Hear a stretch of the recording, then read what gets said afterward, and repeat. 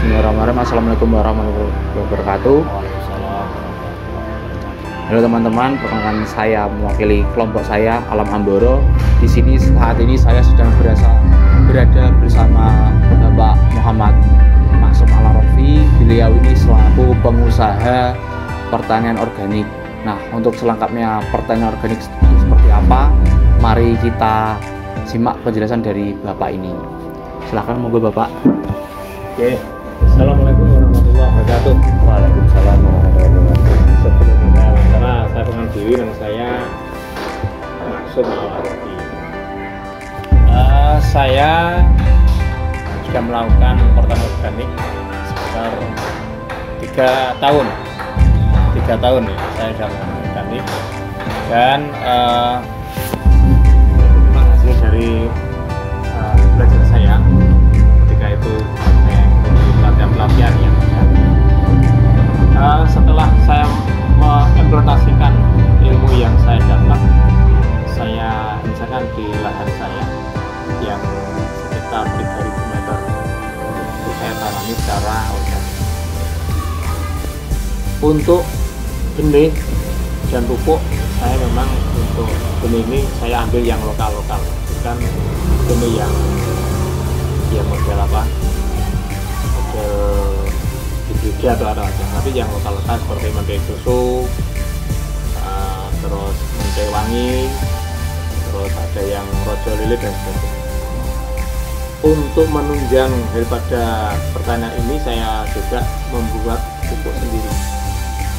Nah, pupuk itu saya ambil dari bahan-bahan di sekitar kita yang ada di kita. Cuma yang beli cuma tetes tebu, karena kami nggak bisa membuat tetes tebu. Saya harus beli itu relatif murah, tapi itu sudah bisa mendukung untuk membuat pupuk organik. Untuk pertama kali sebenarnya yang persiapkan adalah lahan. Lahan itu sangat penting untuk menghasilkan padi organik yang baik. Yang pertama, lahan itu kita lihat pH tanahnya berapa. Kalau pH itu di bawah 50, berarti itu kategori tanah itu jelek. Maka kita harus mensupport pupuk kandang itu yang sebanyak mungkin. Kalau ukuran 3.000 ya sekitar 3 ton. 3 ton itu bisa mengembalikan organik. Yang semula konvensional bisa organik langsung. Nah, dengan pupuk itu memang kalau memang kalau peralihan dari konvensional menjadi itu memang lama. Itu sekitar kalau biasa sampai 3 tahun. Nah, dengan pupuk kompos yang mungkin bisa dikatakan banyak itu, setahun pun bisa kembali ke tanah itu menjadi subur. Ya. Nah, terus yang kedua, berarti tidak bagi di situ dengan pupuk kompos itu, tapi kita juga, saya sendiri membuat pupuk organik yang tadi saya sampaikan. Itu ada, kalau saya namakan namanya MOL, mikroorganisme lokal. Berarti itu bahan dari sekitar kita. Berarti ada mol rebung, mol bonggol pisang, mol daun-daunan, ya, mol nasi juga, ada mol buah, atau ada mol mojo, itu sebagai pestisida nantinya. Nah, dengan bahan-bahan itu, alhamdulillah bisa meningkat hasil itu. Dengan ukuran 3.000 itu, kami bisa menghasilkan sekitar 1 ton lebih. Karena ini kan 3.000 ya, 1 ton lebih. Kalau dijadikan beras ya sekitar 600-700 kilo. Dan nanti tinggal dikalikan aja.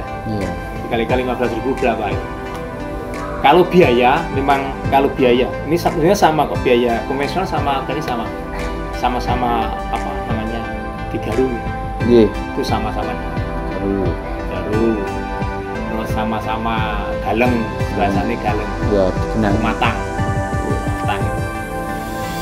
Lah, bedanya kalau organik, memang tanaman padi ini sebenarnya tanaman air, tapi tidak selalu harus ada air banyak. Kalau bahasanya lahan itu harus nyemek, tidak tergenang ya, tapi harus nyemek. Karena apa? supaya akar itu juga cepat untuk berkembang. Tapi kalau digenangi air ya sendiri kan, berarti nggak bisa kembang cepat itu ya. Terus perlakuan, sekarang perlakuan. Kalau organik itu perlakuannya memang agak bukan ribet tapi menyenangkan, kalau saya mengenai menyenangkan ya. Karena kami tiap hari tahu lahan, tahu perkembangan tanaman, sehingga untuk memajukan sana itu semakin semangat untuk mengembangkan yang organik. Itu perlakuannya beda juga. Kalau saya ditambahi, kalau umur dari tanam itu umur 10 hari harus saya namanya apa, nak gosojone gosro ya, gosro nama diwatun nggih, itu pakai kan gosro itu. Gosro niku. Itu 10 hari, setiap 3 hari kita semprot. Niku semprotnya juga iya dari mall itu. Mall niku. Iya dari mall. Pasti organik gitu. Iya betul. 3 hari kita semprot. Lah nanti 10 kedua kita ganti lagi. Lah tujuan daripada untuk yang matun atau gosro tadi sebenarnya ini untuk bahasanya ndangir, untuk membalikkan tanah yang sudah agak tidur, setelah kita bangun lagi supaya apa? Akar juga cepat berkembang lagi, karena apa? Ada celah-celah udara masuk ke tanah. Itu mana model-model yang itu sampai 40 hari, berarti 4 kali gosrokan. Nah, dengan perkembangan 40 hari, terus kita nanti diamkan sampai umur 2 bulan itu sudah kita diamkan. Terus umur 80 itu sudah mulai nyincin, kalau bahasanya sudah mau apa, bunting gitu. Bunting itu karena ini perkembangan akar, perkembangan anakan cukup cepat. Nah, 80 hari kita hentikan namaan itu. Kita hentikan, karena apa? Kalau dibiarkan nanti kan nggak ada buah-buahnya. Nggak ada. Nah, cara untuk menghentikan anakan itu dengan mol buah. Kita sebut mol buah, wis gitu kan. Nah itu untuk menghentikan anakan. Supaya apa? Hidungnya yang cuma itu aja, terus berarti ke atas hidungnya. Tidak samping tapi ke atas. Untuk isian benih tadi atau padi tadi. Yang menarik lagi memang ada satu lagi mol sabut kelapa. Ini kalau bahasanya mengandung kalium yang banyak. Ini untuk memperkuat tumbuhan itu, tanaman itu. Tapi beda. Kalau organik itu agak keras, pohonnya agak keras ya. Kalau yang konvensional lembek. Nah ini keras ini satu sebetulnya ya. Ketika ada angin atau hujan itu nggak roboh. Dia tetap kencang, tetap kuat. Kalau yang konvensional roboh. Nah itu dari awal sampai apa tadi handing apa dia bertengah kita. Nah setelah itu kita tinggal nunggu nanti sampai panennya. Sampai panen dari 80 hari berarti itu berapa bulan? 2,5 bulan ya. 2,5 bulan. Kalau saya bilang saya tanam itu kan mentik itu mentik wangi, rojo lele, terus ada yang apa yang kemarin itu saya tanam pandan itu, pokoknya yang lokal itu kira-kira umurnya memang agak tambah setengah bulan, 3 bulan setengah. Kalau yang satu 3 bulan sudah panen, ini 3 bulan setengah. Memang kenapa ini ada jeda setengah bulan, memang karena kita pakai pupuk organik, berarti lebih lama. Nah, terus di hasil sekarang, kalau di hasil apa namanya ulenan, apa? Malai ini kalau organik ini kalau bahasanya ada dari ujung sampai dari pangkal sampai ujung itu isi semua, nggak ada yang namanya kepeng, nggak ada, isi semua. Karena pelafalan juga begitu, kita harus teliti sampai apa yang kekurangan di tanaman, kita harus tahu kebutuhan apa yang harus kita berikan pada tanaman. Mungkin itu sekilas perjalanannya. Kalau untuk manfaatnya sendiri bagi pertanian organik ini, bagi lingkungan dan sebagai saya kayak konsumsi itu seperti apa Pak kalau menurut Bapak? Oke, kalau secara lingkungan ini memang pertama kali memang untuk mengembalikan tanah menjadi subur. Kalau yang lingkungan kan membunuh, sebenarnya itu membunuh tanah. Semakin banyak pupuk pabrikan, semakin tanah semakin mati, bukan semakin tapi semakin mati. Terus kalau untuk kebutuhan atau apa untuk tubuh kita, ya jelas itu sangat-sangat membantu kita, apalagi di kesehatan. Dan apalagi sekarang ini kan baru muncul rame-ramenya kan stunting. Ini agak lumayan nih. Kalau orang organik, insya Allah dapat membantu itu mengatasi stunting. Kerdil ya. Iya, kerdil. Penting. Karena asupan makannya ya kimia semua. Kalau ini kan kita akan. Tapi kalau sudah terjadi stunting ya nggak bisa mengembangkan. Tapi memang itu dari kecil sudah asupan makan sudah sehat-sehat. Ya sampai kan sehat. Itu segi lingkungan sama segi kesehatan. Untuk kendala Bapak selama ini dalam bertani padi ini secara organik itu apa aja Pak? Dengan dibandingkan konvensional itu ya kendalanya itu. Kalau kendala ini kalau saya relatif ya, karena saya senang di organik punya nggak ada kendala. Nah, kendalanya kita harus setiap hari bekerja tapi nambah waktu ya. Setiap hari kita harus ke sawah, harus mengetahui pertumbuhan tanaman itu. Oh ini kok agak kuning, harus diapakan? Oh berarti kita harus melihat tanaman itu kita cabut. Oh akarnya kok nggak bisa bergerak, nggak bisa berkembang. Jadi kita tahu tujuannya. Oh berarti ini zat tanah mungkin banyak keasaman. Berarti harus kita beri yang bisa mengembalikan lagi. Itu dia bukan kendala ya. Ya senang aja. Jadi tidak ada kendala gitu. Tidak kendala. Lah mungkin kemungkinan kalau secara umum kendala mungkin di pemasaran. Oh di Pemasaran hasil. Kalau Bapak sendiri saat ini pasarnya itu kemana Pak? Kalau pasar saya itu di teman-teman yang sudah tahu ya, sudah paham masalah organik. Kalau kita jual konvensional ya iman-iman dong. Untuk harganya sendiri Pak? Kalau beras saya jualnya 15.000.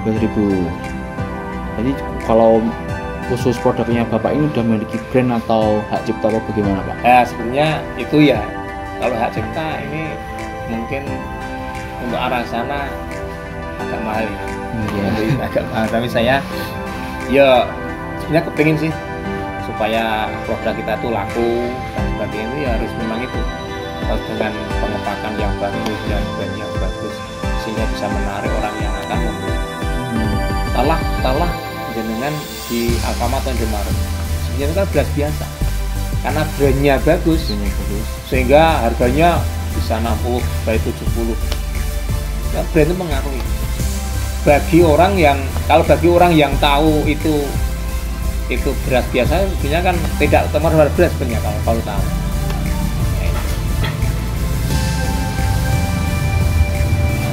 Nah untuk Bapak ini perbedaan harga kayak perawatan perlakuan konvensional dengan organik itu berbeda atau sama Pak?